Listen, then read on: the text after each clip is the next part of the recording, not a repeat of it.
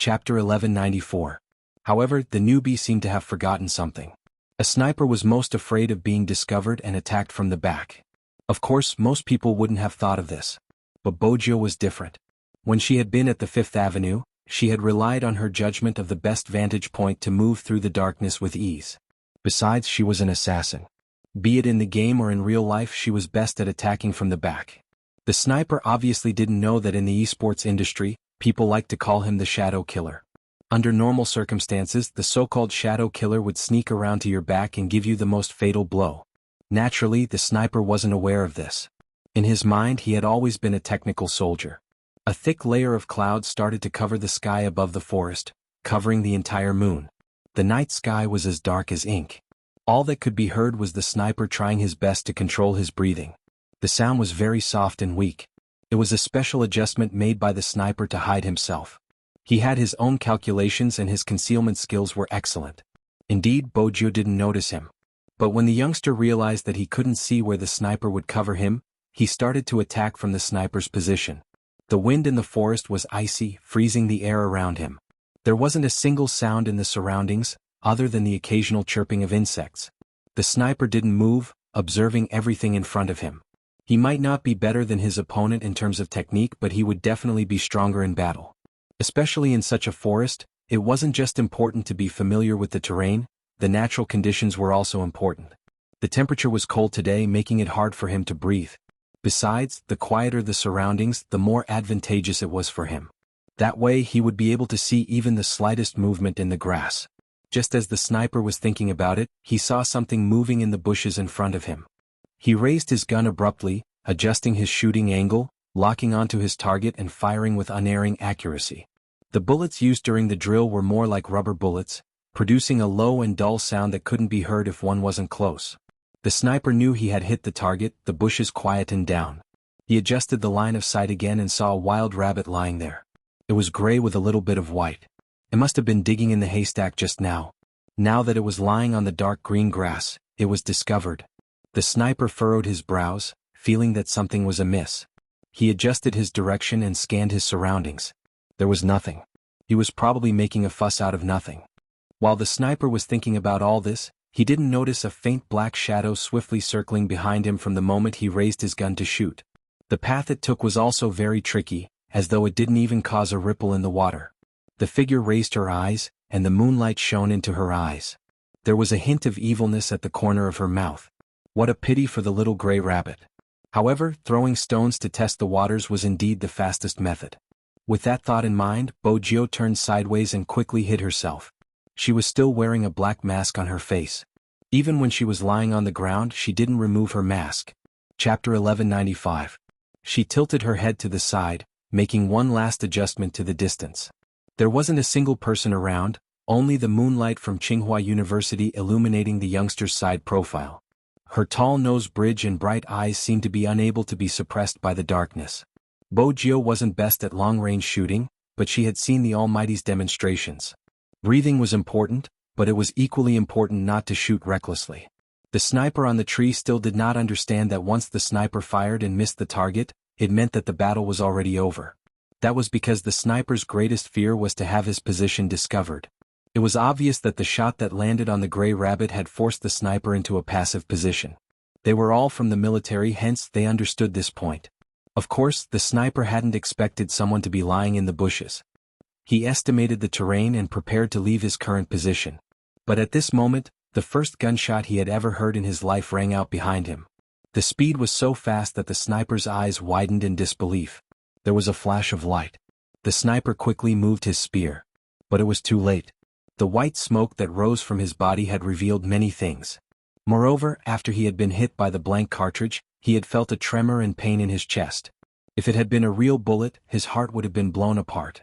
Did that person calculate that he would turn around, and that's why he shot down at this position? The impact from the blank cartridge caused him to take a step back. He had to grab onto the tree trunk to prevent himself from falling. It was a tricky angle. There was only a slight gap and he would have been killed in one shot. The sniper held onto the tree trunk, astonishment and shock filling his heart. He couldn't believe how the person had managed to find such an angle. Just because of a technical soldier? But the truth was that he had been killed in one shot. He hadn't been able to react in time. He hadn't even considered the possibility that the person had predicted his position and moved behind him to ambush him. He had been like a ghost in the night, silent. If the person hadn't fired at him, he wouldn't have been able to detect his position. This feeling made the sniper feel like he was really on the battlefield. It was over before it had even begun. If it was on the battlefield, he knew very well what it meant for their team's backline sniper to be eliminated like this. This meant that his blind confidence would kill his teammates. He thought he was aiming at someone, but in fact he was already being aimed at. It was said that shooting was the key to becoming a sniper. In fact, a good sniper tested too many things such as a stable mental state and an analysis of the situation. However, he did not manage to do all of this today. The sniper froze on the spot, his entire body numb and stiff, as though he had lost all his strength. He leaned back against the tree trunk. Thinking about how terrible his previous performance was, he felt his face burning. He didn't even know what kind of situation his opponent was in, yet he could easily make a judgment. The facts proved that even if number 10 had connections, he was also capable. Chapter 1196. At this moment, the youngster who had been lying in the bushes stood up. She shook off the night dew on her body, her hair still carrying the scent of fresh grass. If she hadn't pulled her black mask away, it would have been hard to tell that there was another person there. The sniper watched the scene, his heart flipping over. Sweet, sour, bitter and spicy. He didn't know what to feel. The youngster raised her gun, glancing over at him. It was obvious that he had won. The sniper chuckled bitterly, sliding down the tree trunk. In reality, the sniper was at a disadvantage against Bojio, who specialized in cutting the backline. As an esports assassin, Bojio was adept at fighting in the wild, capturing people and hiding in the bushes. Bojio didn't intend to stay in the forest for long since it was a deserted area. The temperature was freezing. Moreover, she wanted to use her new car to make the Almighty happy. She might not have experience in love, but she understood the process. 3 conditions: heat up, heat up, heat up again. That was the only way to marry her. With that, she pulled her black mask over her face, preparing to leave. The sniper also saw through the young man's plan. He had lost this match and he would tell everyone about it. Through this match, he realized that the real battlefield might not be what he had imagined it to be. At this moment, neither of them noticed the silence in the forest. It was as though a ferocious beast was staring at them from the depths of the forest. It was the group of mercenaries that had reached the area. The 5 of them were extremely fast. The way they carried their spears was no different from the local soldiers stationed there. Since it was night time, they couldn't see each other's features. Hence, it was impossible to tell which country they were from. The only distinguishing feature was their military uniform. Just as the sniper was about to leave, he saw the figure moving past him. He paused in his action of raising his spear. Then he turned his head and grabbed the young man. He lowered his voice and said, "There seems to be someone here. Is it because of the military exercise again? Did they send scouts here first?" Bojio didn't think much of it. She smiled. "Let them scout, it's not a big deal."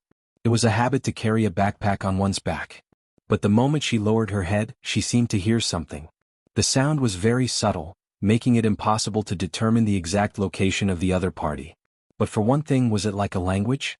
Bojio couldn't hear it clearly, but she frowned suddenly. She took a step back in the direction she was originally heading towards and leaned towards the direction where the voice was coming from. The sound of her footsteps was very soft. Only the sound of her clothes brushing against the grass could be heard. It was as if the night wind was blowing, very quiet. At that moment, the sniper finally witnessed the youth's ability to hide in the forest. It was so quiet that even his footsteps seemed to be judged according to the terrain. All his movements were hidden in the night. Not everyone he knew could do that. The closer Bojio got, the clearer the sound. However, the clearer it was, the easier it was to be discovered. The sniper was right behind her. The 2 of them had no idea what kind of danger they were about to step into. Chapter 1197. Bojio tilted her body and bent her waist slightly so that she could hear the sound more clearly. But what came faster than the sound was the sudden smell of blood on the tip of his nose. That's right, it was the smell of blood. Logically speaking, there shouldn't be any smell of blood here since they were using rubber bullets. It wasn't possible for them to cause any injuries. Bojio's frown deepened. At the same time, she tightened her grip on the rifle. At this moment, she heard the sound clearly. It was indeed a language, but it wasn't the language of wuxia. It wasn't even the language of an ethnic minority. Instead, there was a mix of M and T languages. The person's voice wasn't loud either. She couldn't hear what they were saying, but she was certain that they weren't Chinese. They weren't Chinese. They were wearing their camouflage uniform. Bojio's heart sank. She wanted to pull the sniper back and retreat. But at this moment, the sound not far away suddenly disappeared. It was as though a conversation had come to an abrupt end. There were a total of 5 mercenaries. The person standing in the middle seemed to have heard something. He stopped abruptly and made a shushing gesture. The others also stopped talking. Not only that, but they also exchanged glances with each other. It was clear that they had sensed something. Another prey had come knocking on their door. That was the first reaction of the 5 of them. Then, under the cover of the night, they turned and scanned their surroundings. Finally, they confirmed a point and raised the rifle in their hands. The person with the Bluetooth earpiece tilted his head. The strongest person in front smiled bloodthirstily. He threw a military knife out. With a swoosh, it slid through the bushes and shot straight at a rabbit. The sniper watched as the military knife flew past him. The youngster's reaction was extremely fast. Before the military knife could reach him, he had already moved the rabbit over. But that wasn't the main point. The main point was that such a military knife wouldn't appear in such a place. It wasn't the equipment in their military unit. In the army, what weapons the garrison soldiers used, which models and what their functions were all kept secret. Only their own people knew, and no one would pick up the model even if it was a military knife. The people on the other side were very fast. They didn't give the snipers any time to react and rushed over. The mercenary was dragged by the youngster, and he maintained his posture without moving. His entire body had merged with the grass beside him, and even his face was buried in it. This also meant that they couldn't see where the other party was. At first, the sniper didn't understand why the young man didn't leave immediately. After all, Rabbit was in front of him. He knew very well that if they had moved just now, they would have been killed just like this rabbit. The newcomer seemed to feel that the situation was a little boring and mumbled something. This time, the sniper's expression changed. This wasn't from his team, and he wasn't Chinese either. The sniper's reaction wasn't as fast as Bojio because of the difference in their perception of language. However, both of their hearts were the same. They couldn't sink any further. Chapter 1198. The person on the other side walked over to them. He even raised his rifle and touched the rabbit. The distance between them was less than a meter. The sniper's breathing tightened. It wasn't because he could see it, but because when someone was holding a rifle near you, you would definitely be able to sense the intense murderous aura. A rabbit. The person raised his rifle and picked up the gray rabbit. Bojio could understand his language and could hear the suspicion in his tone. Soon, the man raised his gun again and fired at the grassland. Bojio wanted to lift her head, but she lowered it once more. Fortunately, they were at a low altitude and weren't injured by the stray bullets. But the destructive power made her eyes sink. The other party was using a real rifle. That wasn't all, it was silenced. It was probably because they were in the forest and it had rained. Some of the defense systems at the border weren't perfect.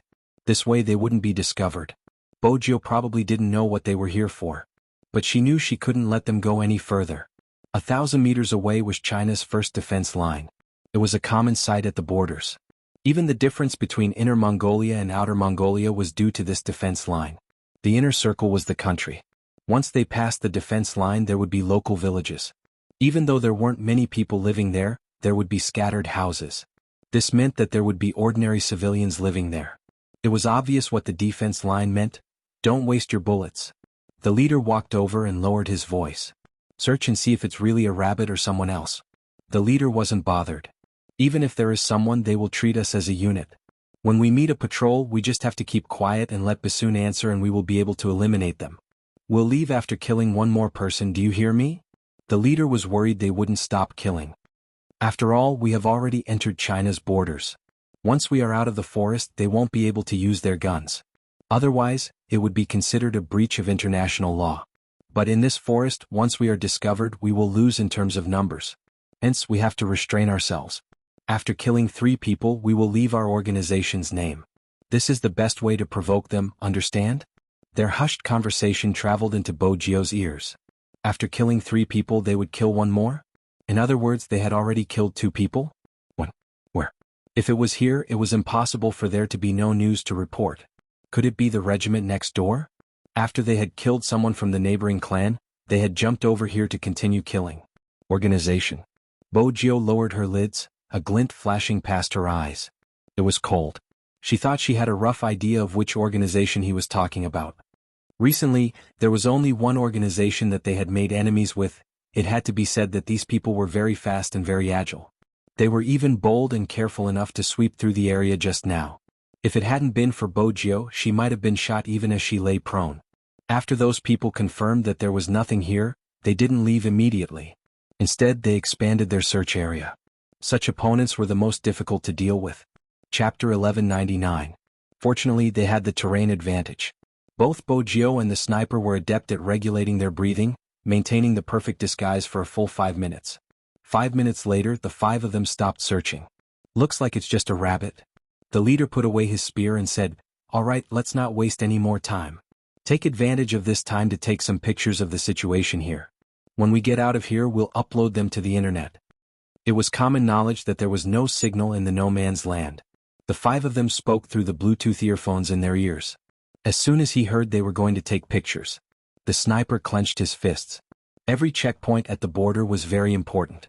Once these people took a photo and posted it on the internet, it would be very easy for them to be ambushed if there were any problems at the border in the future. The sniper understood this. It was impossible for Bojio not to understand. It was just that a head-on clash was extremely disadvantageous for them. After all, the other party was using real guns and they had more people than them. Everyone was even wearing a communication earpiece. It wasn't that she hadn't thought of a one-on-one attack, but under such circumstances, it wasn't possible. The sniper also understood that if they made a sound now, not only would they be discovered, but they would also be of no use to the current situation. This was not because of anything else, but because the troops did not know that this group of people had entered. What loophole did he slip into without anyone noticing?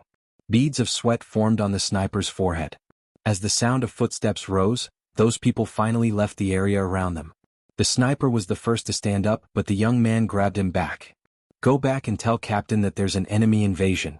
Tell Captain Chin the general direction they're heading in. I'll follow them and mark the way. I have a USB drive on me that has the same origin as Captain Chin's USB drive. It will detect the enemy's presence within a certain range. Tell this to Captain Chin. Since they're here, we can't let them leave." The sniper's eyes darkened. "No, you go back. I'll stay. It's more suitable for me to stay. You're a good sniper, but you're only suitable as a sniper. This time, it's obvious that you won't be able to use a sniper. I still have some dry goods in my bag that can be put to use. I hope that you can rush back to the base as soon as possible and inform Captain Chin. Now that the two teams are connected, they might not be able to gain any advantage here. These people will run to the next team. We can't let them roam around our base as they please." As an assassin, she had always treated the wilderness opposite her as her home. How could she tolerate some people killing their people and taking photos of them in her own territory? This was a provocation, and if this provocation was not suppressed, the other party would only become more and more unbridled. Besides, she could still remember how he had taught her calligraphy after watching a movie when she had been very young. Those who offend China will be punished no matter how far away they are. People often say that wuxia is a country with a large population and a poor quality, etc. Yes, it was still developing and it was indeed not perfect enough. Chapter 1200. At this moment, the lights on the second floor of the military base were still brightly lit. Someone was doing a psychological test and tactical evaluation. But he wasn't very focused. This was the third time Chinemo raised his head to look at the door. Even though his face was still elegant, his brows weren't relaxed. The door didn't seem to have any intention of letting anyone in. The air was filled with the scent of a shower. The scent of the shower gel hadn't dissipated. But Chinemo didn't know why he felt uneasy when he couldn't see that person today. He glanced at the clock at the side once more. Chinemo reached out for his jacket and walked out of the room. He walked towards Bojio's dormitory. At this moment, Prince had just completed 10 rounds of weights. He was so tired that he was lying on the bed like a zombie. He hadn't eaten much for dinner and just wanted to lie there. It was a pity that he wasn't lying in the right position. He was lying on Bojio's bed. When Chinemo entered, he was the first person he saw. He arched a brow. Prince wanted to stretch his body, but when he saw the slender figure standing at the door, his arms stiffened. Even his yawn stopped. F***ck, who could tell him why the devil was here? Prince had always been a fearless person, but at this moment, he stood up instinctively and saluted. "Captain Chin." Chinemo glanced at him, his gaze landing on the single bunk bed behind him. Where did she go? It was a simple question, but it sent chills down Prince's spine. Even though there were many duels in the military base, there weren't many duels in the jungle. After today's phone incident, Prince had a basic understanding of the devil's methods. He had decided to betray his teammate. Since she was his family, he wouldn't be severely punished. Reporting Sugar Daddy. Prince bit his lips. Recruit number 10 was challenged by someone in the jungle. He should be in an uninhabited area outside the military base. Qin Mo's brows furrowed. sh*t, this was really sh*t. Even though he wasn't the person involved, Prince didn't think he was happy. It seemed like even if his brother won, he wouldn't be in a good state. With such a cousin, life must be tough. Prince's mind was filled with thoughts. At this moment, Qin Mo threw out another question. How long have you been in there? Prince didn't expect the other party to think about the time. If it was his previous instructor, he would definitely be furious. Sir, it should be more than 2 hours. Qin Mo tilted his head, stuffing one hand into his pocket. When he looked up, Ji Shitting's voice was heard. Even Prince, who was standing at the side, couldn't help but sigh. The other party was indeed handsome. Even someone like him, who had always won with his looks, felt a little inferior. Don't tell me this military unit selects people based on their looks? It's taking too long. This was Qin Mo's first sentence when he turned his head. For some reason, his eyes seemed to have dimmed. Prince didn't understand. Too long? She's good at taking a detour and fighting in the jungle. 2 hours is too long for her to eliminate a sniper. Qin Mo repeated himself because he was still analyzing the situation. Prince's mouth was agape. Honestly, Captain Qin, that sniper is the best rookie in the team other than Wolf. This is a battle, not a one-sided slaughter. Why did you say that he's a financial backer, and that you'll destroy him? Why did he have the feeling that someone had unknowingly shown off his little brother? Qin Mo looked at the night sky outside. He retracted his gaze and continued to ask, which direction did she enter the no-man's land from? The west side of the training ground, the small forest. The moment Prince finished his sentence, the tall figure in front of him turned around. She didn't even look at his expression as she walked down the stairs. What did she mean? Prince was dumbfounded. At this moment, the sniper understood that if he continued to stay, he would only be delaying the rescue of his comrades. The military unit was only 1,000 meters away. He had to hurry so that he could pass the information to the military unit in time and save his comrades. Just as Bo Jio had said, she was in charge of tracking them and keeping them in the forest at the crucial moment. The forest at night was undoubtedly dangerous. The wind was chilly. Amidst the bushes, the youngster held her rifle and moved in a snake-like manner, silently catching up to the mercenaries. It wasn't because the mercenaries were slow, but because Bo Jio was too fast. Other than killing, their main goal was to collect information on the defense system. Hence, along the way they used their phones to take pictures of every place with metal mesh. Of course, they couldn't touch the metal mesh because it was used to detect intruders. The moment anyone touched it, they would be electrocuted. This time it was obvious that these mercenaries came prepared. They wore anti-electricity gloves and touched the iron net. Then they laughed. This kind of defense system really can't do anything good at the border. In the future, if anyone wants to take revenge on the wuxia troops, they will have to wear an anti-electricity suit. The signal defense tower over there isn't bad. Another person raised his hand. Gotcha. Another photo was locked on his phone. There doesn't seem to be anyone here. We'll be inside if we go any further. Should we kill a few civilians? We've been walking for so long, I'm hungry. Don't fight and kill all day. Have a meal and give them some fans. Bring our organization's products to them. That's the best choice. The leader raised his rifle. Are you done? It's done. Let's go to the other team, there aren't as many people here. Don't forget, we are still short of one person. After saying that, the leader was about to pass through the residential area of the nearby village and head toward the 147th Regiment. Previously, Bo Jio had mentioned that they couldn't allow anyone to pass through the defense net. Because on the other side of the defense net, everyone was unarmed. The youngster's dark eyes looked down. Then he turned his body sideways and pressed his back against the tree. Then he pulled open the military backpack he was carrying. Inside was the only electronic car she had with her. She had wanted to give it to the Almighty today, but it seemed like she had to use it now. Chapter 1201. The youngster's side profile looked cold under the moonlight. The tear mole at the corner of her eye was very obvious, making her look like a fox immortal. Her fingers brushed past the palm-sized electronic car. She reached into the black scarf and pulled it up. Then she bent down and disappeared into the night like a shadow. There was fog in the forest. Perhaps she could make use of this. The youngster reached out to hold the military dagger at her waist. A glint flashed across her dark eyes. Then she controlled the arrow keys with one hand and headed in the opposite direction. The few of them were still in a conversation. When we came previously, we only heard that there was a regiment here. We never expected to meet a hidden unit. If news of this gets out, it will give the soldiers a lot of pressure. It will save them the trouble of trying to cross the border to capture us. Capture us? The leader laughed, his tone filled with disdain. With these people. Which one of them is King's match? That's right, with King around, even if they cross the border, they will only be sending themselves to their deaths. The few of them burst into laughter. Their expressions were extremely arrogant and bloodthirsty.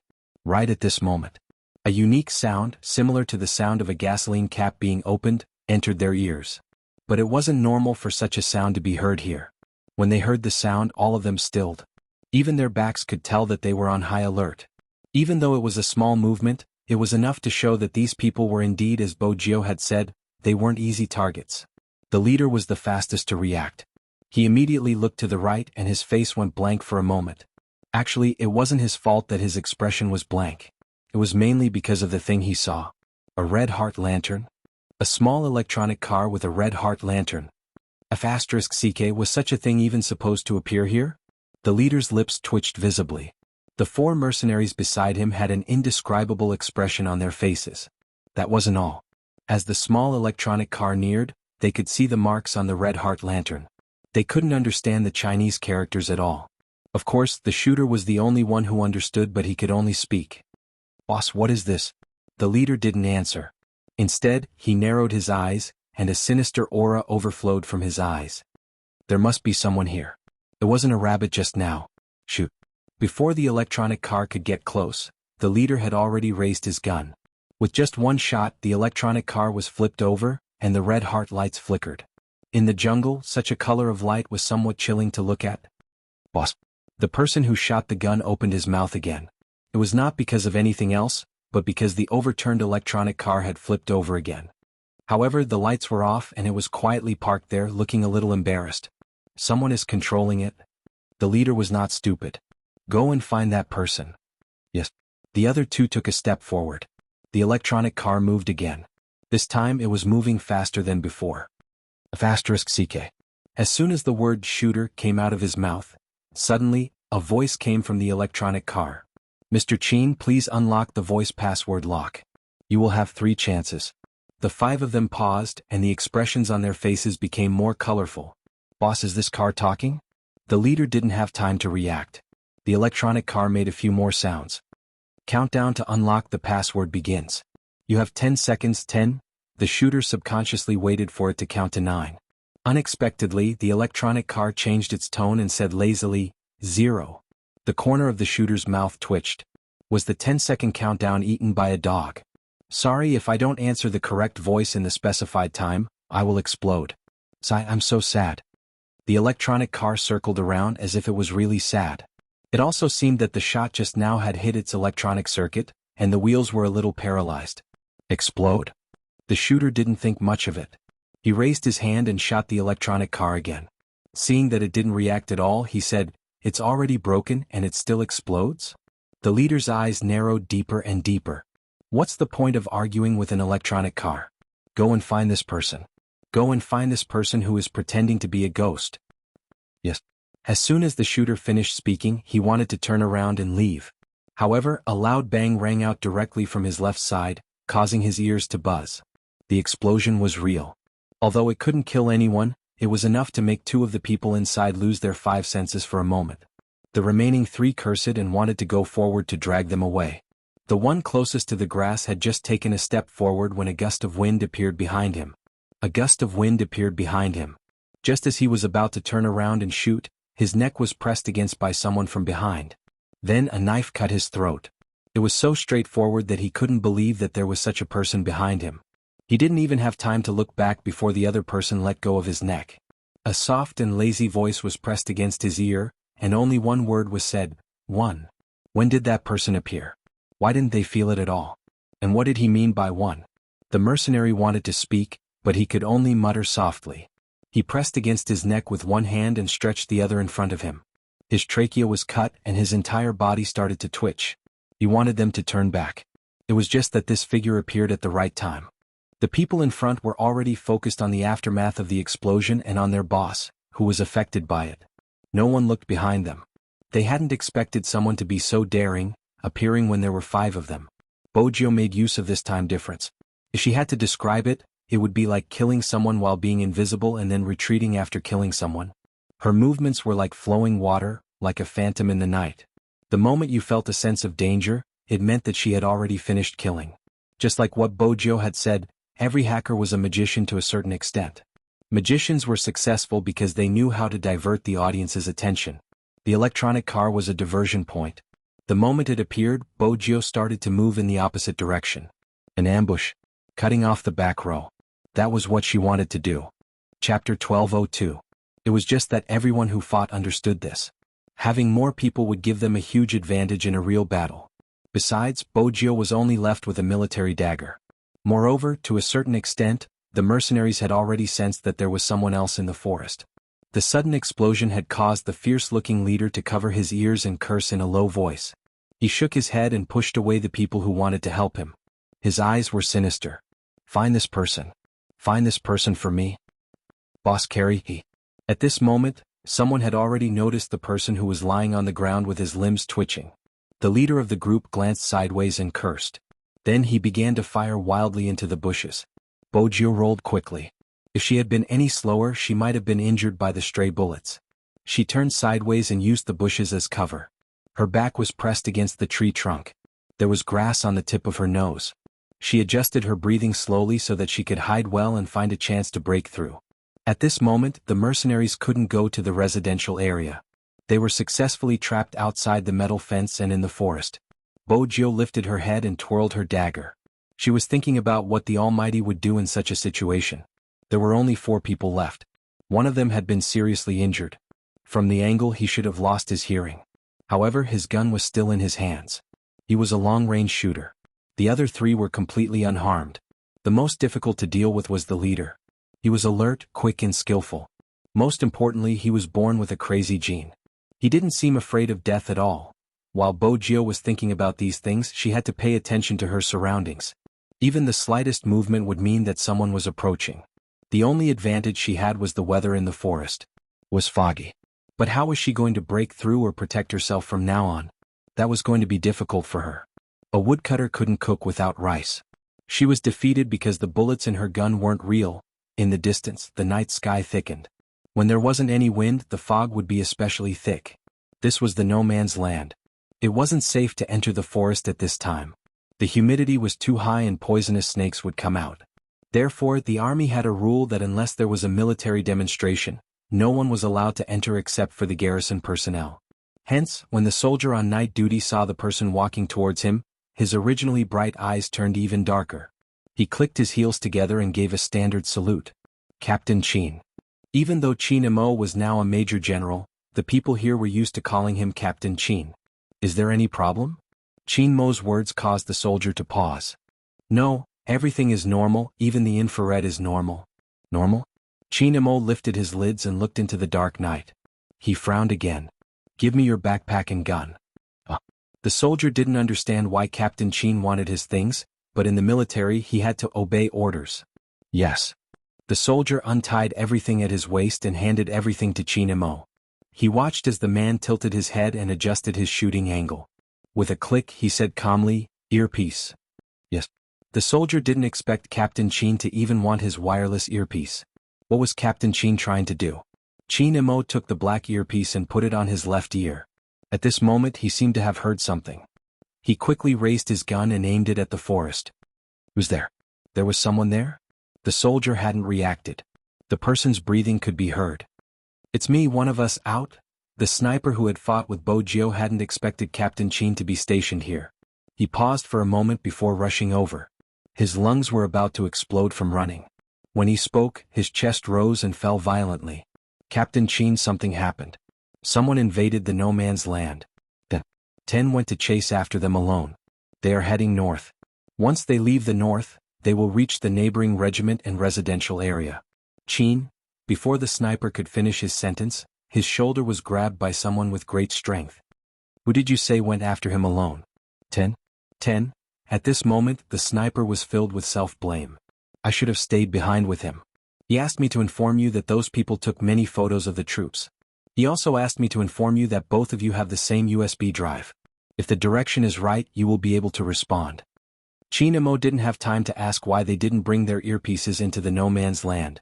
He also didn't have time to blame anyone because he knew that in order to protect the secret of the base and the national defense checkpoint at the border, he had to ensure that the intruders wouldn't be able to return. One of them had to come back to inform the others while the other pursued. But even though he knew at that moment, his mind was blank. His fingers trembled uncontrollably. Only by gripping his gun tightly could he suppress the uneasiness in his heart. Even Xianxia didn't notice that his expression was filled with a bloodthirsty aura. The sniper was still talking. But Xianxia didn't seem to hear him. Until the word USB drive appeared. Xianxia glanced up. He told himself to calm down. It was at this moment that he had to remain calm. If he wasn't calm, who was going to fetch his little Boujio back? Xianxia reached out and pressed his temples. It was too painful. It was so intense that his eyes turned bloodshot. The soldier at the side was frightened by Captain Qin's expression. He had heard that Captain Qin had been kicked out of the military previously because he had been hypnotized by someone. That hypnotization was too scary. Once it was triggered, a person's personality would be too different from before. At that time, the higher-ups had been afraid of this, which was why they had removed Captain Qin's military uniform. But now, the soldier opened his mouth and called out, "Captain Qin?" But Xianxia had already started speaking. Inform the neighboring troops to use all their forces to stop them. We will conduct a carpet search from the east, west, and south. Think of a way to prevent them from leaving the border. If necessary, snipe them directly. Yes. The soldier touched his feet. The sniper looked at his captain. He switched on his black earpiece, his voice slightly hoarse. Take your guns into the forest and lock onto my position. I'll give you 1 minute to follow. Magician was still washing his feet with a towel in his mouth. Hunter was seated beside him. Their topic was basically about how to cover up their captain's relationship. Chapter 1203. This was the sound of a belt being buckled. Behind his waist was a gun and bullets. That was stabilizing. His fingers tugged on the jacket of his combat uniform. In the blink of an eye, it was draped over his body. Up until now, the two of them only had 25 seconds. During this time, they didn't forget to raise their hands and aim at the watches on their wrists. Wolf, who had also received the news, tilted his head and started to adjust his rifle. Many people said that if you hadn't been in the military, you wouldn't know how fast they were. Even if they were wearing shoes, it would still be beyond imagination. That was indeed the case. It wasn't just fast, it was the rhythm of their bodies over the years. Other than being fast, their movements were uniform. It was so neat that it was shocking. From the moment they received the order to the moment they arranged everything, Magician and the others only took slightly more than 30 seconds. The next moment they moved out like wild leopards. At this moment, Xianxia had already entered the forest. The soldier who was watching Xianxia's back opened his mouth. He turned to look at the sniper, slightly worried. Will there be any problems? After all, Captain Qin wasn't in a good state. The sniper was relatively calm. It was probably because he had experienced real bullets today. He knew what to do. Follow Captain Qin's instructions, I'll report to the general. In the distance, in the dense forest, there wasn't any wind but the temperature was extremely low. If a person didn't move for a long time in such a situation, they would definitely feel cold. That's right, Boujio felt cold. When the fog rose, the temperature on the ground would be extremely low. In order to better disguise herself, she blended into the bushes. Her fingers were extremely cold. It could be seen from the color of her lips. But she couldn't care less about the cold. She had to think of a breakthrough because the four of them were already walking towards her. There was another way, which was to lure them into the forest. But that would mean that she would completely lose contact with the military. The information she brought back was from the north. The deeper they went into the forest, the further south they went. Moreover, the south side was the territory of another country. Hence, she couldn't lure them into the forest. Boujio thought about this. While the fog was still thick and they hadn't reached the forest, she stood up and grabbed onto the tree trunk. She swiftly climbed up the tree. The tree trunk could only be used as a support point. The higher she climbed, the more hidden it would be. But thanks to her quick reflexes, Boujio managed to react quickly. After the four of them arrived, the first thing they did was to sweep the entire bush. However, the people on the other side still found traces. It was obvious that someone had run over the bushes. These mercenaries weren't stupid, and the leader was especially difficult to deal with. He bent down and touched the fallen grass with his fingers. He narrowed his eyes and smiled at the empty forest as if he was teasing a cornered mouse. Stop hiding. After you left the grass, there were no traces of you around. We didn't hear anyone leaving either, which proves that you haven't left. Since you haven't left, I've scanned the grass. There's no one here, so you must be hiding in the tree. Since you've climbed up the tree, it's not easy to come down. Chapter 1204. The forest was still quiet as though there was no one around. The leader wasn't satisfied with this. He hated it when someone pretended to be mysterious in front of him, especially when it was a little brat from China. An experienced person would be able to determine the size and height of the other party through the pressure of the bushes. The person who could create such a thing wouldn't be very old. But it was such a person who not only disrupted their rhythm, but also killed one of them. The leader's eyes were filled with hatred at the thought of this. Even if he had to leave early, he had to kill the little brat who had disrupted their plans. Do you still want to continue playing hide and seek? The leader smirked. You should be the only one here, right? Let me guess, you don't have any other weapons besides a military knife. Otherwise, you could have used a silencer to shoot from afar when we didn't notice you. It seems like you have no other choice but to risk your life to kill us. As the leader spoke, he raised his gun and shot at the top of one of the trees. With a bang, the leaves scattered and the crows flew away. Not this one. The leader laughed coldly. It's okay, we have bullets. We can take our time to find him. With that, he gestured to the people beside him, one on the left and one on the right. He meant for them to split up. The other three nodded. They were excited about the massacre that was about to begin. From their point of view, if the other party was alone, he would be courting death. He dared to appear in front of them and ruin their plans, killing their people. It seemed like this little brat didn't know what kind of people he was facing. The leader of the group wasn't wrong. They had confirmed the range. Even if there were no less than 30 trees around them, they wouldn't be able to find him in 3 minutes. However, if they really wanted to find him, the 4 of them could find him in 3 minutes. But because of this, they couldn't move recklessly. But at this moment, suddenly a military fighter jet flew over the forest. No, it wasn't just one. Other than this one, there was another one in the distance. That was because the fighter jets were breaking through the clouds and flying towards them uniformly. They hovered in the sky in a very large scale, and each of them was terrifyingly elite. There was a distance between them, and they were flying in a triangular formation, bringing with them a sense of deterrence. A total of 7, like iron armor, leapt into the eyes of the mercenaries. The flag of Wuxia was also printed on it, bright red and eye-catching. Bibus, we've been discovered? Someone was so scared that even his voice began to tremble. It wasn't that he didn't have a future, but these infrared fixed-point fighter jets were really too scary. The leader sneered, so what if we're discovered? There's no light above or below us.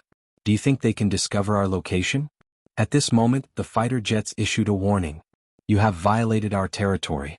According to international law, our country has the right to shoot you on the spot. Warning, put down your guns. Boss. One of them panicked. The leader slapped him. Listen carefully, this is just the first warning. According to international law, they can only shoot after 3 warnings, do you understand? Besides, I'll say it again, how far are they from the ground? Do you think they can see us? Idiot. While saying these words, the leader also felt the pressure. He didn't know whose idea it was. Warning them from above? Was it to make them feel afraid? Whose idea was it? Of course it was Qin Mo's. The soldier who was worried about Qin Mo's condition was completely wrong. When it came to Bo Jiao, even if Qin Mo wasn't in a good state, he would force himself to be calmer. He would start from the mentality of the invaders. After entering the forest, he would order the headquarters through the earpiece and send out the fighter jets. This was to make the invaders panic and buy some time. Boss, let's retreat quickly. The person who was called an idiot wasn't bothered at all. He just wanted to escape as soon as possible. The leader was unusually ferocious. Why are we running? There are still 5 trees left. Capture that little brat as a hostage. When we hold him, who knows if he's dead or alive? But the Chinese soldiers are fooled. With a hostage they will never shoot, understand? Go and find him. Yes. The leader was determined to kill Bo Jiao. Just as he said, there were only 5 trees left. Bo Jiao listened to his words and glanced up at the fighter jets in the sky. She knew this was a sign that the Almighty was coming. Her gaze deepened. She leaned to the left, leaning against the tree trunk. At this moment she looked down at the tree, her tall nose bridge visible. One of them walked towards her. Just as he was about to reach her tree, Bo Jiao seemed to have sensed something. She raised her left hand. With a loud swoosh, a military knife appeared, slicing through the fog and stabbing downwards. The person had obviously seen someone on the tree. Just as he was about to raise his gun, the military knife flew over and struck his head. It was a one-hit kill. There weren't any mistakes. Both the angle and the timing were perfect. The smell of fresh blood filled the air. The leader was the first to twist his body, shooting towards the top of the tree. In a flash, the black leather belt in Bo Jio's hands came into effect. That was what she had used previously. With a shake, she used the force of the impact to fly towards another tree. Even if her skills were beautiful, it wouldn't be able to eliminate the danger. Her position was completely exposed. Moreover, she had already handed over the military knife on her. Now, it depended on her dodging methods and luck. Bo Jio had handed over the military knife because the USB in her pocket had lit up with a red dot. This meant that the Almighty was within 500 meters. She kicked with her long legs, using the force from the kick to counterattack. This move looked cool and could also help her avoid the bullets to a certain extent. But it was extremely tiring. After flying 3 times, Bo Jio's breathing was different from before. There was an obvious rise and fall in her breathing. Chapter 12:05. With that, he was about to rush forward. But the next second, the leader froze. It was not because of anything else, but because the person who was originally walking beside him suddenly fell backward. His fingers were still maintaining his walking posture. His mouth was wide open, and his eyes were still filled with panic and disbelief. But the man had already stopped breathing. There was no warning at all, but there was a muzzle on his forehead. Fresh blood filled the air like a fog. When it rushed to the tip of his nose, the person beside him raised his gun. Retreat! Retreat! The leader shouted, his body retreating rapidly. However, there were still people who didn't retreat to a safe position. No, it shouldn't be said that no one retreated to a safe position. The sniper's speed was too fast. The moment the first shot landed, the second followed closely. This time, it wasn't the head but the enemy's heart. There was a loud bang. The other person covered his chest with his hand. His pupils dilated, and the blood on his face quickly faded.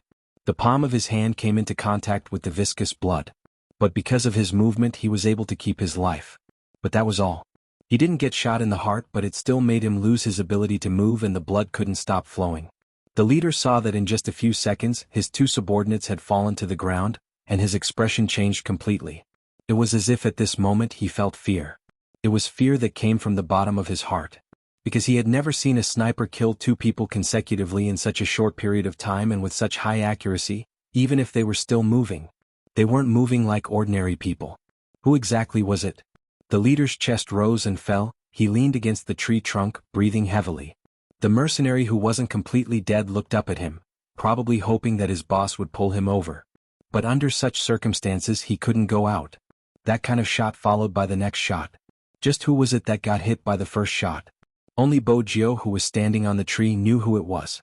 300 meters away, the figure with a long rifle walked over. He was even faster than her.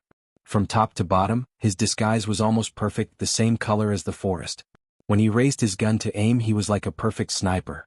Smoke lingered around him, shrouding his slender figure, making it difficult for others to see him. But the strange thing was that there was a strange atmosphere around him, especially when he aimed and shot. It was as if a gun had drawn an invisible barrier. That was why there was that saying, once the spear was erected, there would be no one within 800 meters. The leader was smart. He quickly realized that they were going to fail this time. He picked up the phone on the ground and quickly retreated. After the fighter jets locked onto the source of the gunshot, they all flew over like they were patrolling. This made the leader's scalp go numb. Needless to say, the other one's legs were trembling. Boss, what should we do? It seems like we can't escape. There's no need to run. Do you see what's ahead? We're only 1,000 meters away from the border. As long as we get there, even if we're discovered, they won't have the right to catch us. The leader said as he ran forward. The mercenaries ran especially fast. Even though they were in the jungle, they weren't ordinary people. They had a certain level of combat experience and knew how to walk on such a path. Rather than saying they were walking, it was more realistic to say that they were running. But they still had some equipment on them. This really affected their speed. Many of the bombs were thrown behind them in advance to prevent anyone from chasing them from behind. But when the bomb exploded, it also revealed their whereabouts. Bo Jio held onto the branch and shook her head. She reached out and patted her ears. She continued to use the belt to move forward. There was someone behind them. Even if they were on the tree, it was impossible for them not to notice him. "Boss, that soldier keeps following us. D***, he's like a cockroach." When the leader heard this, a ferocious expression filled his face. "Throw the bombs at the tree." Yes. There weren't many bombs left, but it was more than enough to deal with one person. Bo-Jio watched as something flew over. She tilted her body and somersaulted, jumping down from the tree. There was a loud boom. The aftershock of the explosion caused Bo-Jio to lose her balance. She bent one of her knees and rolled along the bushes. Then she stood up quickly. Her movements were fast, so fast that it was dazzling. But if it hadn't been for her skills and reflexes, she might not have been able to dodge the bomb. But Bo-Jio knew that she couldn't hear anything at this moment. The youngster tilted her face and supported herself with one hand on the ground. Her eyes were as bright and deep as the stars. At this point, she already understood the other party's intention. After all, she was a criminal. She would often use all sorts of excuses to explain herself in lawless areas and make the police helpless. In front of them was the exit of the jungle. Once they left this place, they would no longer belong to China. When that time came, they would have to deal with these people according to international rules. Once they followed international rules, the governments of country M and country T would intervene. The criminal would be transferred to their own countries to be judged. When that happened, the whole world would know that China couldn't even defend against a few mercenaries. The deployment of the military would also be exposed. Hence, she had to think of a way to delay these two people. Bo-Jio had already rushed out. She didn't follow behind them. Instead, she went around them. When the person in front saw that the figure didn't follow them, he smiled. It was rare for him to feel a murderous aura at this moment. "Boss, it hit. That person should be safe now. Don't forget that there is still a sniper. Until now, we still don't know where he is." The leader didn't slow down at all when he said this. However, there was no sound of flying behind them, which made them feel a lot more relaxed. Especially since the other person didn't have any burdens and didn't need to be on guard against anyone. Just as this thought entered his mind, before it could disperse, he heard the sound of the wind. Suddenly, he heard a gust of wind, and before he knew what it was, he had already been hit. There was a loud clang. Someone used a long spear from the side. The handle of the spear hit his head and he fell to the ground. This time there was no metal rod. There was also a long spear. Even if there were no bullets, as long as it was a one-on-one fight, it could be extremely explosive. The person who was thrown to the ground couldn't stand up, let alone grab a gun. His entire head was in a daze. The intense pain forced him to lie on the ground, arching his back. Yes, both him and the leader of the people running in front of them. They never expected the soldier who had been following them from the beginning to come out in such a manner. He held a long spear with one hand and his face was covered with a mask. Only his eyes were exposed. The moment he raised his hand, the corners of his eyes shone with the coldness of the night moon. The leader knew that he couldn't turn back to care about anyone. It was useless. There was only one way left, and that was to run. However, what he didn't expect was that the youngster was the one who stopped his men. What stopped him was the red dot on his forehead that he was aiming at. In an instant, the entire forest seemed to have quietened down. There were no more sounds of running. Only the sounds of insects and breathing could be heard. The leader's fingers froze. He didn't dare to move, because he knew very well that he had become the opponent's target. If it was an ordinary sniper, the leader wouldn't be afraid. However, after witnessing the scene just now, he might not be able to escape from the opponent's shooting. The sweat on his forehead started to drip down the side of his face and onto the back of his hand. The opponent didn't say a word, but he didn't dare to move forward. His throat moved. He wanted to use a bomb the moment his fingers moved. A voice rang out in the forest. The voice was very faint. It was so faint that it made him widen his eyes. He had heard this voice before. "Who do you think is faster, you or me?" Until now, the leader still wanted to identify the person's position, but he couldn't. At this moment, he heard the person's voice again. It was a little deep. The words didn't seem to be directed at him. Instead, it seemed like an order was given through the earpiece. 3 o'clock underground, gather the light. In an instant, the lights that should have been lit up when the fighter jets were descending were all shining in this area. The strong light made the leader, who had been in the forest for 7 to 8 hours, subconsciously cover his eyes. Even the youngster in the distance narrowed her eyes. She pulled up her mask and turned her face to the left. The light grew brighter and brighter. When the leader got used to it, he realized that he was already surrounded. The fighter jets in the sky were all aiming at him. The leader's throat moved. He knew that the real reason he couldn't escape was because of the sniper in front of him. If it wasn't for the infrared lock in his command, these fighter jets wouldn't have been able to discover him. He wouldn't have frozen there for 10 seconds. At this moment, the leader saw the sniper's figure clearly. That's right, it was just his figure. Because he walked out from the light. Standing against the light, he couldn't make out his facial features at all. He just held the rifle in one hand and walked over with the aura. The leader's arm stiffened again. Then he saw a pair of eyes that seemed to reflect all the light in the world. Chapter 1206. It was really him. The leader had never imagined that he would meet this person. But those light brows and deep eyes all indicated that it was indeed him. All the mercenaries were retired from the previous armies of various countries. Back then, there had been a training for the top talents of the military in the Amazon. The leader had been a member of the M government back then. He had met Qin Mo then. Of course, he didn't know Qin Mo's name. He only knew his code name. Young Master. This person had defeated the military talents of the various countries. When he had won glory for the country, he hadn't even been in second place. The leader had tasted Qin Mo's prowess. But all these years he had never heard of this code name in any of the military units in China. Moreover, there were rumors that this person had been eliminated by the organization he was currently in. Hence, the leader had never felt that there was anything to be afraid of.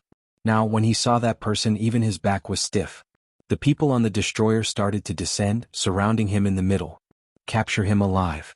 The person only said 2 words, but it made the leader's hair stand on end. He couldn't imagine what would happen to him if he landed in the hands of this person. Did Xuanhuan know that this person had returned? It was obvious that Xuanhuan didn't know. The news he received was that Qin Mo had been kicked out of the military and the hypnosis hadn't been removed. The military wouldn't allow a person with hypnosis to carry out a mission. Under normal circumstances, that would be the case. If it wasn't for the fact that this matter was too difficult to deal with and for the sake of safety, Qin Mo wouldn't have returned. But this was based on Qin Mo's own will. Xuanhuan would probably never understand. In wuxia there were some people who were born to protect.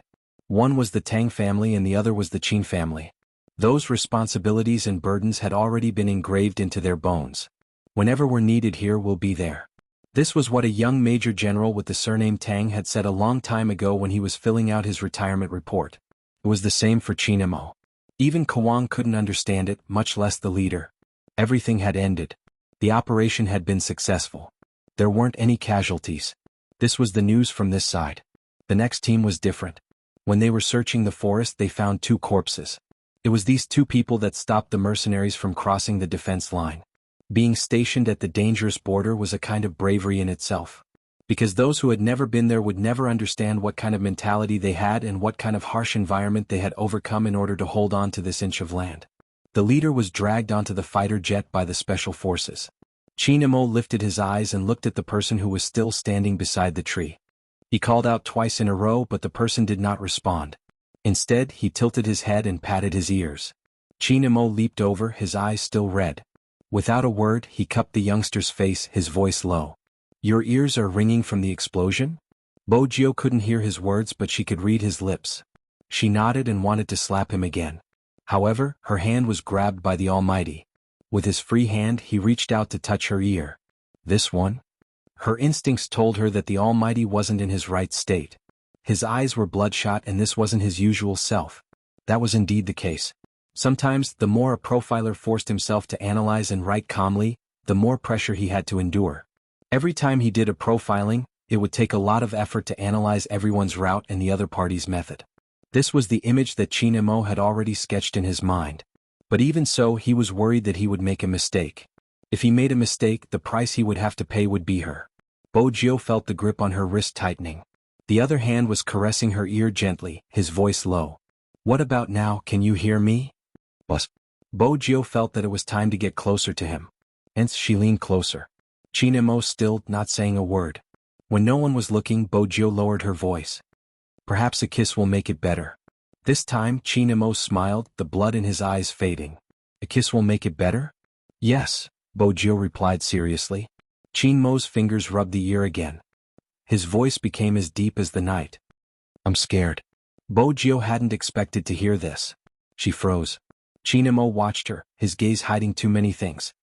What if I don't arrive on time? Bo Jiao felt that it was time for her to say something. Just as she was thinking about it, the hand on her ear left and the grip on her wrist tightened. Captain Qin. A patrolling soldier walked over and saluted. "Clean up, we found all the phones and the guns." "Got it." Qin Mo's voice was calm. "Inform the troops someone is injured." The patrolling soldier. Someone was injured? Where? This wasn't something he could ask. He could only contact the medical department immediately after receiving the order. Very quickly he lifted his head. The doctor asked about the specific situation. Where is the injury in the lungs? Does he need surgery and how is the blood loss? Temporary tinnitus caused by the explosion. The patrolling soldier wasn't the only one who froze. Even the doctor who received the call felt his mouth twitch. "Boss, are you kidding me? Why did he have to inform him about a tinnitus?" He was an authoritative person. Be it psychology or surgery, he was the best of the best. And now he had to treat a temporary tinnitus. The person with the codename doctor wanted to say something.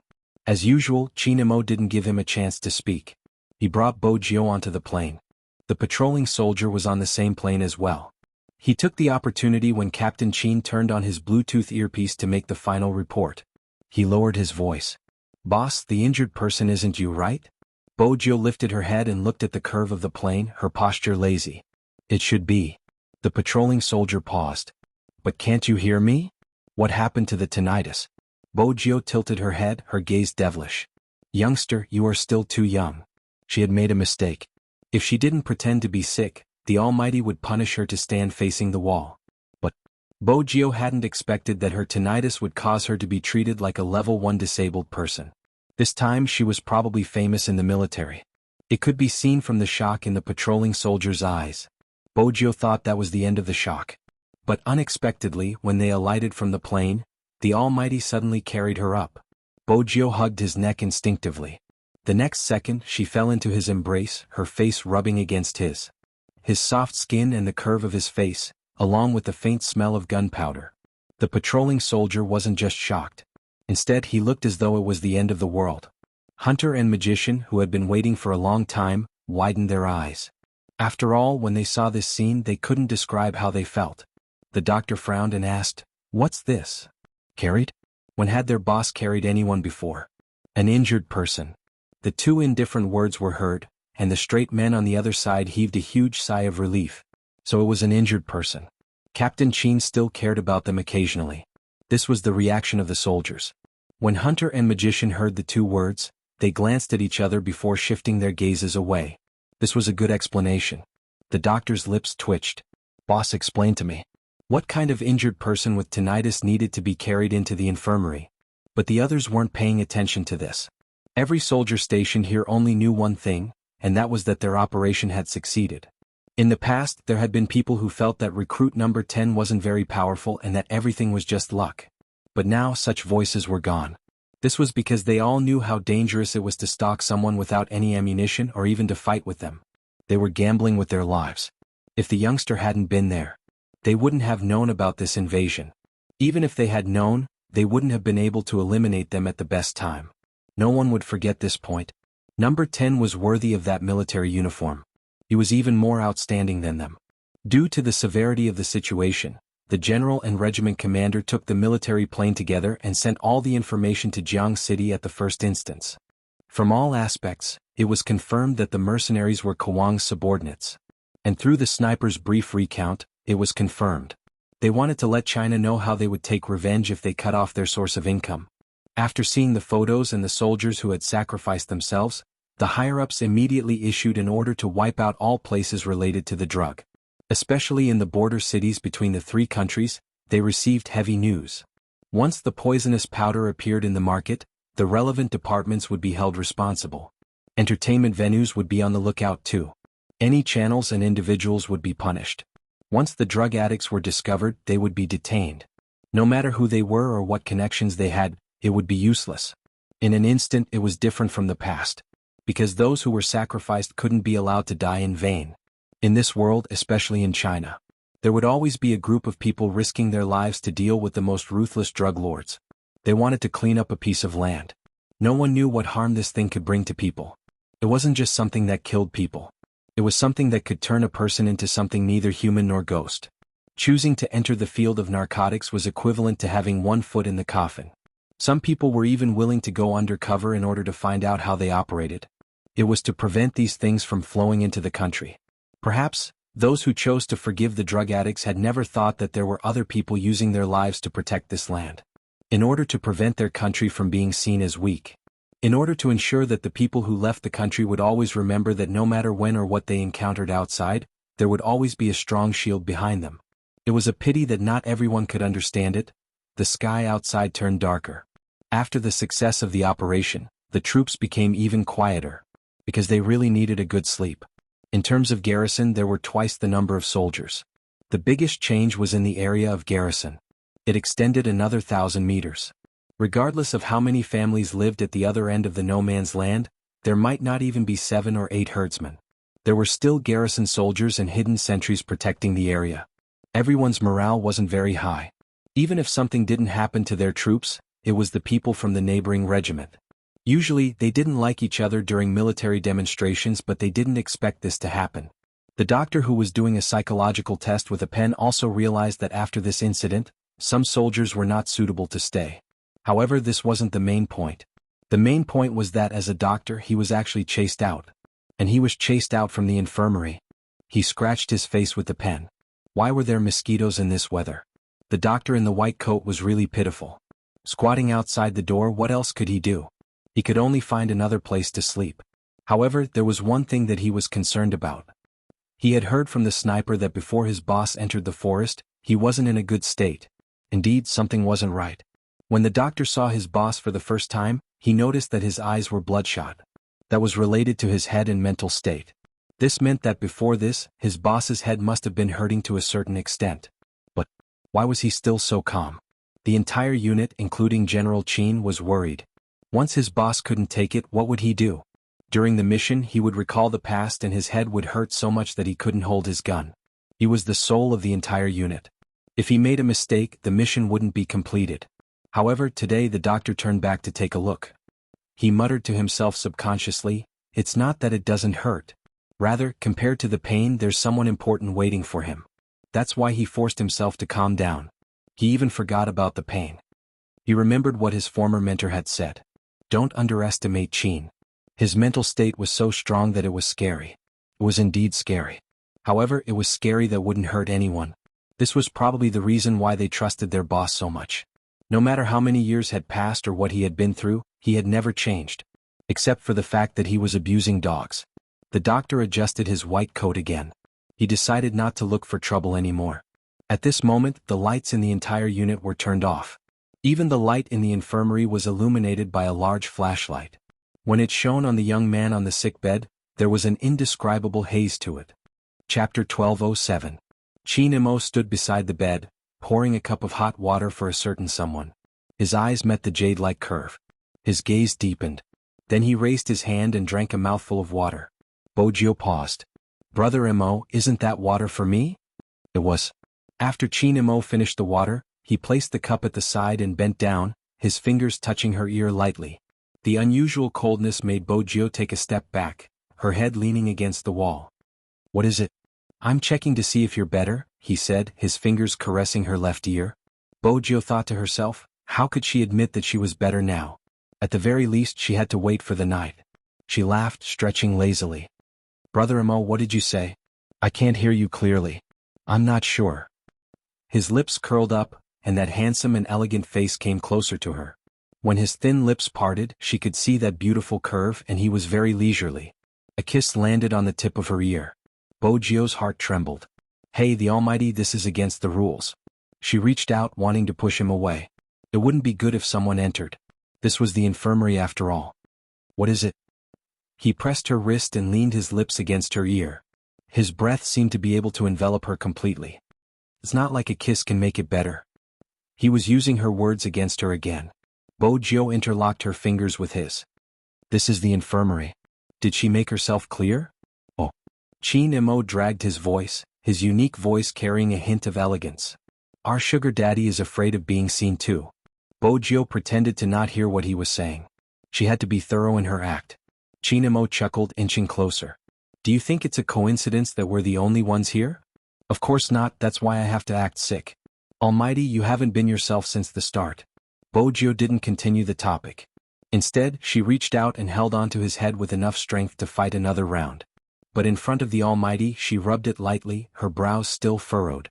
"Are you jealous because of your headache?" Xianxia stilled, his pupils dilating in an instant. Then he returned to his original state, his smile overflowing. "Compared to a head massage, there's something else that relieves the pain faster." He looked at her. His gaze was as deep as the night outside, causing Bojio to freeze. The next second, the flashlight seemed to have run out of power, and the surroundings were plunged into darkness. Bojio was about to turn on the flashlight, but his aura was already one step closer, pressing down on her. Then he whispered in her ear, "The way you look in the hospital gown makes me want to do something." Before Bojio could open her mouth, he lifted her chin and pressed his lips down. His lips were soft and lingering, carrying the scent of tobacco. It was a light kiss, soft and cool to the touch. It reminded her of peppermint candy. However, the more time passed, the more intense the kiss became. He sucked on the tip of her tongue until it was numb. Their fingers were interlocked, but when Bojio exerted force he chuckled lowly. After he released her, his lips were still pressed against hers. "Do you like it?" In the night, Xianxia was like a demon from the deep sea, even his voice was lazy and sexy, heating her up. On top of that, he was very different today. "I've always wanted to do something like this, even when I close my eyes." As expected, "We shouldn't be staying in the same room." That kind of voice, while ringing in her ear at the same time, it lightly pecked the back of her ear. Bojio felt her blood heating up. She moved her left hand, which was interlocked tightly, as though that was the only way to give herself some strength. "Brother MMH?" Xianxia didn't intend to let her get up. He followed her wishes and let go of her hand. However, he held onto her wrist and let her wrap her arms around his neck. They sat facing each other. Since Xianxia's legs were too long, half of them hung down from the side of the bed. But even so, Bojio felt as though she wasn't sitting on the bed, but in the Almighty's arms. They were too close, as though he was using his legs to support a certain area, and she was in that area. "This is weird." Bojio lowered her voice, her breath landing on his shoulder. The dark brown uniform was very seductive. Xianxia tilted his head, smiling more than usual today. "I want to touch the person I like in my arms. What's so weird about that?" He used the word, touch. "Seriously?" Bojio arched a brow, about to say something. Just then she felt her hospital gown being lifted from the back. Immediately after, a hand slid in carrying a slight chill. Bojio shivered, her fingers gripping his shirt tightly. "Brother Xianxia lowered his voice. "Don't hide, let me know you're really here." Bojio's heart softened. She tilted her head, rubbing her face against his shoulder. 1 minute. They were in the military after all. She hadn't understood before, but now she understood. It wouldn't be good if others found out about it. Bojio didn't care about anything else, she was just worried about how others would view him. Fortunately, the Almighty was cooperative today, replying lazily, "All right, 1 minute." Unfortunately, the minute was longer than she had expected. Besides, she could feel the heat around her rising. It was all because of the Almighty's actions. It wasn't a big deal if his hand was restless. It was just that this person had broken too many rules since he was born. Not only his appearance, but even when you closed your eyes, that voice was as pleasant as the late-night CV of a radio station. After it was softened, it was very magnetic and pleasant to listen to. "Have I ever told you that this part of yours is very beautiful?" Xianxia spoke, pressing down on her tailbone. The numbness spread uncontrollably throughout her body. She straightened her back instinctively, trying to avoid the touch. Even the corners of her eyes were red, making the mole at the bottom of her eyes seem to be coated with a layer of luster. Xianxia's gaze deepened. "And your back as well." Under the moonlight, the two figures on the hospital bed could be seen clearly. Especially that pair of hands with jade-like joints. Like an art, they wandered around the young man's fair back. With every word, his fingertips would press down a little. Bojio couldn't even stabilize her breathing. All she could feel were his hands and the rising temperature. Every time he pressed down, she couldn't help but tremble. Chapter 1208. All of a sudden. Bojio's shoulders trembled, her face flushing furiously. "Itchy." "Really? Itchy?" Xianxia's eyes seemed to be watery under the moonlight. "Is it just itchy?" Even though it was Bojio, she had no choice but to bend her body in his arms. That was probably the only way she could hold on for a minute. Xianxia felt that she would probably never know that the more she behaved like this, the more he didn't want to leave. It was as though he was possessed. That kind of touch was as smooth as silk, but much softer than silk. It had a good feel, just like the warm jade of ancient times. And the smell on her body. Qin Mo tilted his head, the tip of his nose brushing against her hair, his gaze deepening. Bojiu bit her lips. Two of the buttons on her hospital gown were undone, revealing her exquisite collarbone and slightly round breasts. Her snow-white skin only served to make the temperature hotter in the dark night. She didn't know how the Almighty was feeling. Bojiu could only hear her own heartbeat. It was loud. She had never sweated so much before. As her fingers tightened, she unconsciously released her lips. Even her voice was faint and sweet. This minute wasn't a good one for Qin Mo, but it seemed like this was the only way he could confirm that she was still there. Bojiu calmed her breathing. After looking at Qin Mo for a moment, she turned her hand and pressed him onto the bed. Brother Mo, something isn't right. Look at me, aren't I here? MMH? Qin Mo raised his hand, his fingertips caressing her face. At the start, she hadn't been pleasing to the eye, but the more he looked at her, the more he liked her. She was still so disobedient. Bojiu leaned over with the help of the moonlight. I'm here. Qin Mo watched their posture.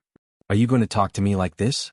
MMH? Bojiu replied before kissing his lips devilishly. You don't have to use any other methods to confirm my presence, I'll just tell you. Qin Mo met her eyes.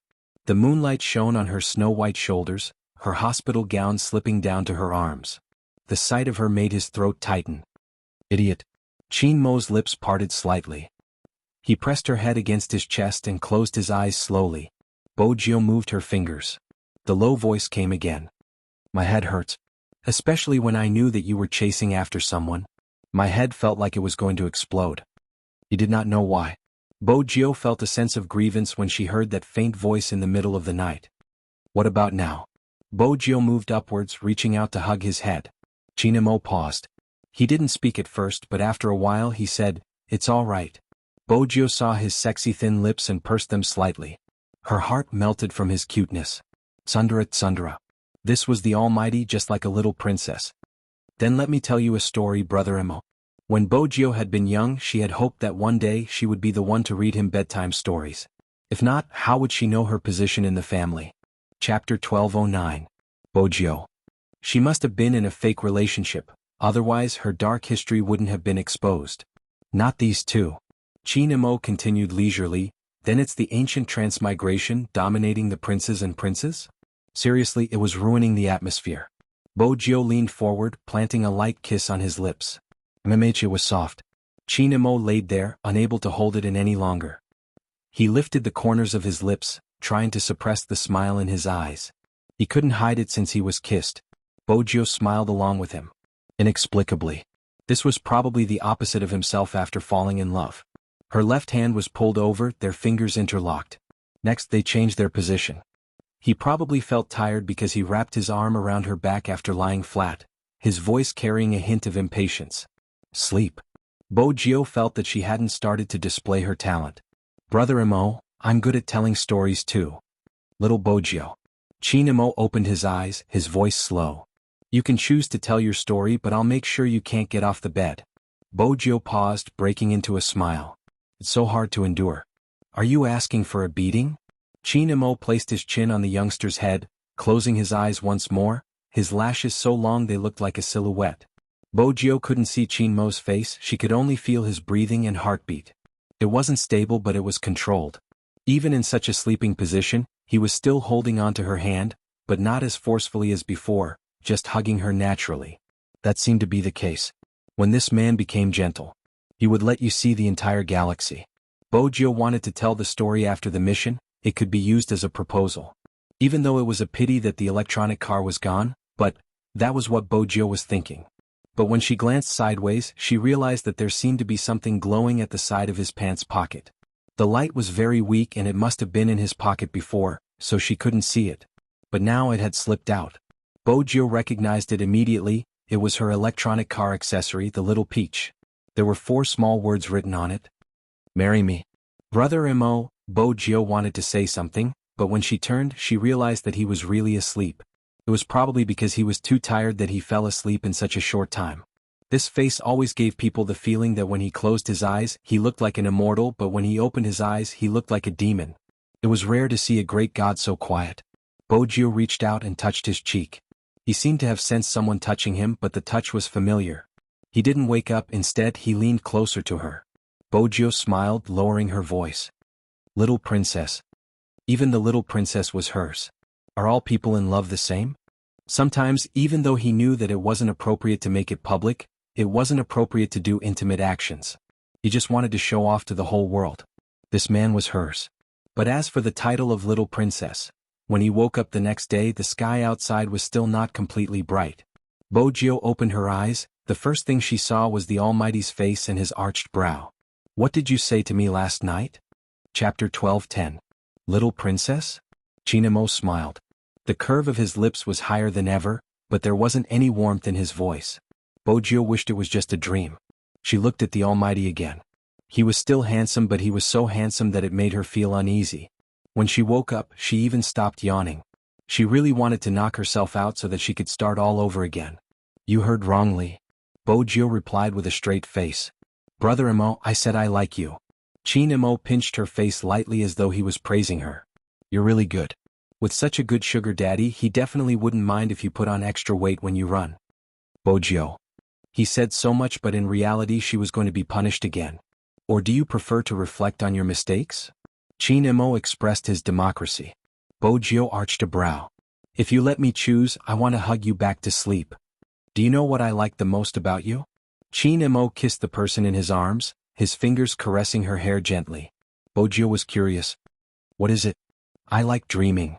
Chin Imo freed his hand and patted the youngster's face, a faint smile on his face. After 7 p.m., go to the training ground and run 10 laps with weights. Bojo felt that the Almighty was using his position to take revenge. Wasn't the nickname Little Princess rather cute and suited to him? Why was he asking her to run again? But 10 laps wasn't much. She could just head to the canteen for her meal after running. That was what Bojo thought at the training ground. But in Prince's eyes it wasn't the case. Brother, I understand you. This was Prince's first sentence. Bojo ignored him. But your brother seems scarier than my uncle. He's the devil. How did he train his aura? Right, did you know that when you were in the forest yesterday he went in alone with a gun? F***ck, he mobilized the troops from both sides to coordinate with his commands. How much is in that brain of his? It's too heaven-defying. Also, his shooting range was so far away and there was fog in the forest. How did he distinguish the movements of the people? Seriously, are all the children in your family genetically like that? Bojo wanted to remind him to shut up and look behind him. Finally, the figure came closer. Bojo had already given up on reminding him. Instead, she held the mineral water bottle in her hand and moved a meter away from him. Prince seemed to have noticed her actions and was about to say something when Bojo stopped him. Just then, a cold voice came from behind him. What kind of child our family will give birth to is between us. Prince had completely lost his ability to think because of that voice. Otherwise, anyone would be able to understand the rich information that was conveyed in that sentence. For example, Bojo. Even the calm and devilish Bojo almost choked on the water she was drinking. Why did she end up on such a topic? Chapter 12:11. The villain in Prince's heart was still trembling. He had wanted to reach out and grab his roommate so that he could put in a good word for him. However, the moment he turned, he realized that they were so far apart. F***ck, when did the friendship in the military become so fragile? Chin Imo noticed his actions. He lifted the corner of his lips slowly. The chief should have told you not to go to the forest in the future. Have you ever thought about why? Prince was confused. That's right, he wanted to know why his uncle would care about him going to the forest. You have a bright future. Chin Imo turned towards Bojo. Now, there's one more person to run with you. Bojo was still drinking the mineral water. Did the Almighty want a child? Prince was starting to feel hopeless.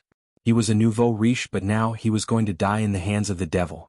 Yet, every time he saw him he would feel a sense of fear. Bojo was still deep in thought. Chin Imo walked over, his gloved hand taking the mineral water from her hands. Prince had expected to see the devil continue punishing people with a faint smile.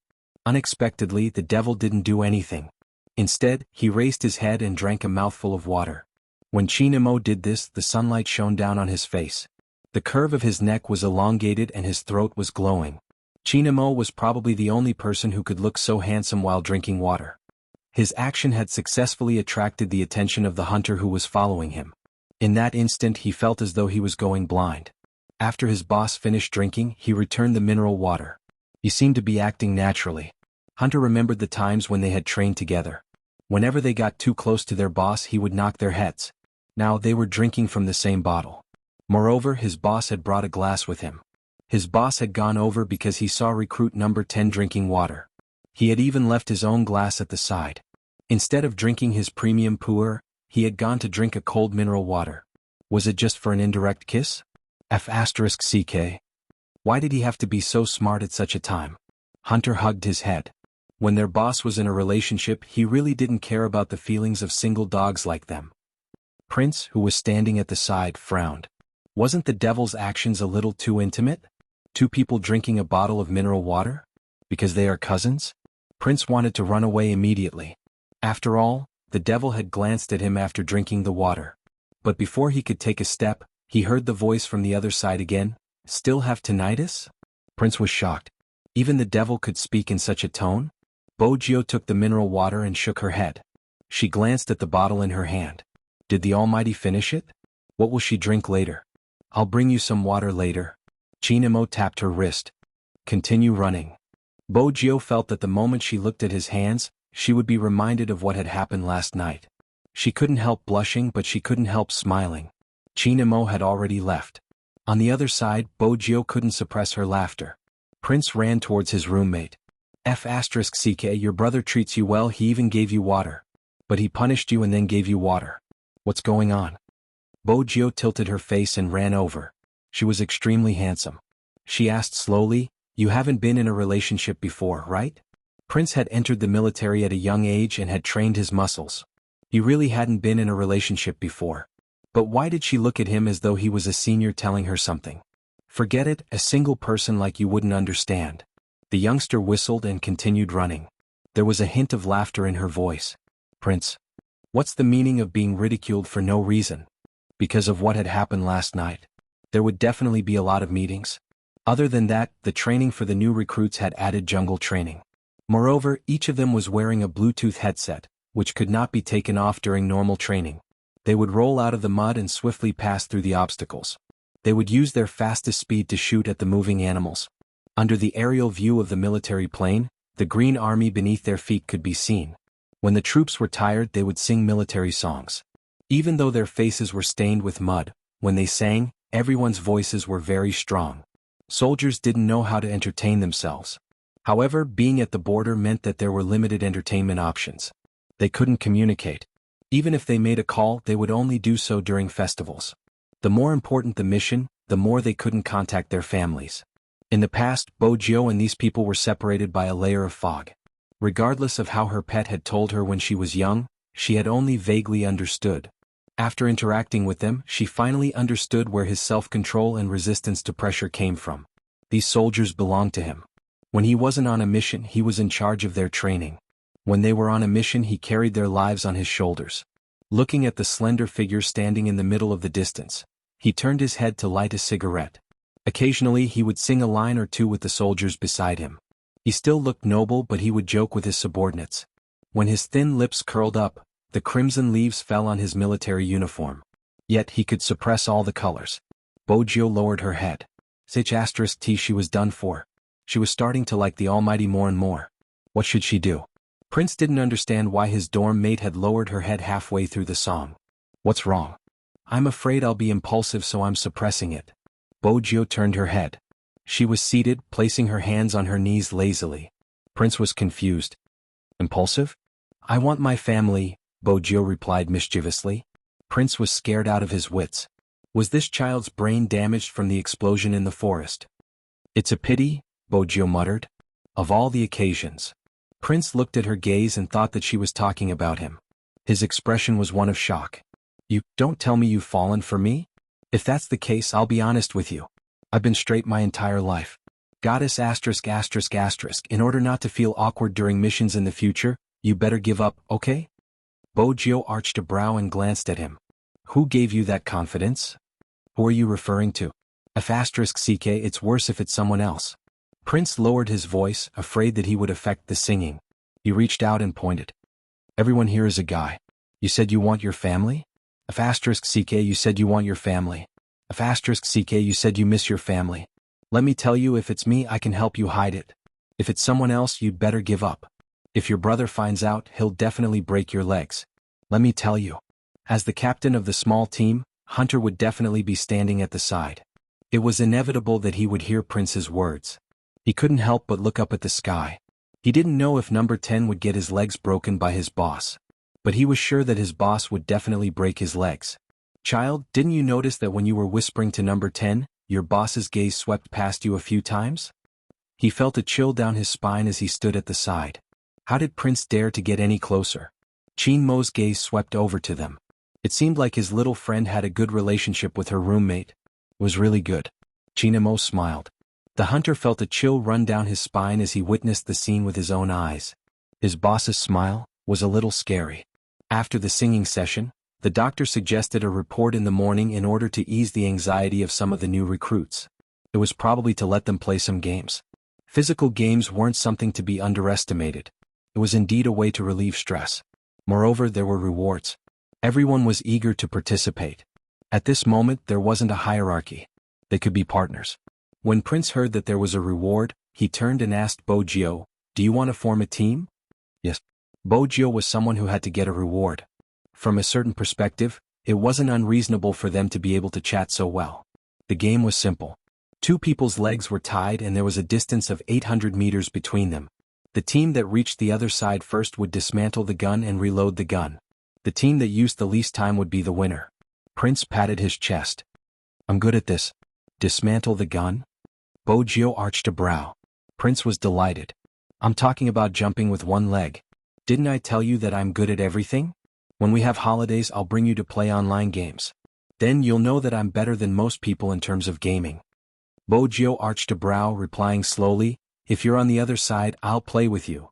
What? Prince didn't understand. When the youngster bent down, her black hair covered her fringe. Her long fingers caressed the rope, her tone indifferent. "That way I can send you back to the blood pool." Prince was a little slow before he understood what she meant. "Hey, we're teammates, don't you understand? Teammates should be..." He didn't manage to say the word love. That familiar tall figure appeared again. This time, Prince told himself not to hold it in. This was a game and he was having a normal conversation with his teammate. "That's right, hold it in." Bojio lowered her head, tying the rope around her legs. Suddenly, a pair of hands appeared in front of her. They were long and fair with jade-like joints. The hands hooked onto the other end of the rope. It was a beautiful knot, fast and orderly. Bojio glanced up. She saw Qin Mo bending down just like her. With the rope tied around her ankles, the distance between them wouldn't be far. If her chin was just a little closer, she would be able to touch his black hair. He smelled good, a unique tobacco scent. Most importantly, because everyone was doing the same thing. Therefore, even if they did this, no one would notice. Of course, that was except for Prince, who couldn't describe his emotions. If he was not mistaken, the great demon king had just taken the rope that belonged to him, right? After Qin Mo was done tying his own, he turned and tied the ankle of the youngster who had paused. "We'll be in the same group." It was a very light sentence and the voice sounded very normal. Bojio glanced at her roommate. She felt that it was better to mention him. "Prince? He's playing as well?" As Qin Mo spoke, he glanced in Prince's direction. There wasn't any emotion in between his brows. It was just an indifferent glance, and even the corners of his eyes were curved. But the coldness in his eyes allowed Prince to understand the warning. He hurriedly expressed his stance, his tone sincere. No, I'm not interested in such games." Qin Mo chuckled. He turned towards Bojio. "Did you hear that?"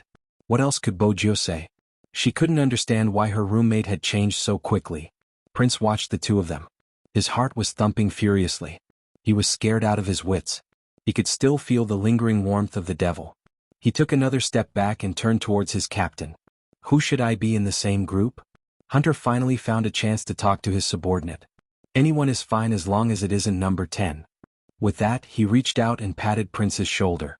Prince muttered, "You can't blame me. I just realized that the devil is obsessed with his brother." Hunter. On the other side, the two of them were still stretching. It was a normal stretch, but the Almighty's movements were much better than hers. Bojio glanced at him and suddenly felt that his height was a huge disadvantage. "What is it?" Qin Mo seemed to have sensed her gaze as he tilted his head over. Bojio asked, "Do the troops sell milk?" "Not at the moment," Qin Mo replied casually. "Do you think you're short?" Bojio smiled. "I'm not short. Based on the length of your legs, your speed won't be too fast." Qin Mo replied leisurely, "Short legs." Bojio. She wanted to give the Almighty a beating. It was as though she could see their future.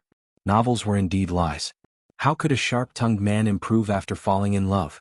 How had the Almighty changed? He was still so arrogant that she wanted to challenge him. Don't pout. Qin Mo glanced at the youngster, his voice coming over again. Makes me want to kiss you. The sudden flirtation. Bojio arched a brow. Based on the length of your legs, kissing isn't convenient.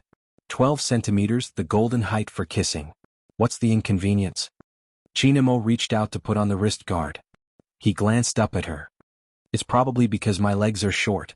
Bojio handed her wrist over, a smile on her face. She realized that the Almighty was the one who had helped her put on everything she owned. At this point it seemed like something a boyfriend would do.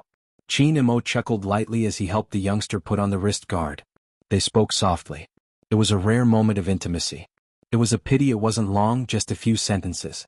The Almighty was too eye-catching. Even though they were wearing the same training uniform, many people still noticed him because of his face. Captain Qin is participating too? It can't be? What's the point? Captain Qin will definitely win. I thought Captain Qin didn't participate in such activities in the past? Cries of anguish rang out from all directions. Bojio glanced over, lowering her voice. Brother Mo, why didn't you participate in such games in the past? In the past. Qin Mo stuffed a hand into his pocket. He stood tall, his voice unhurried.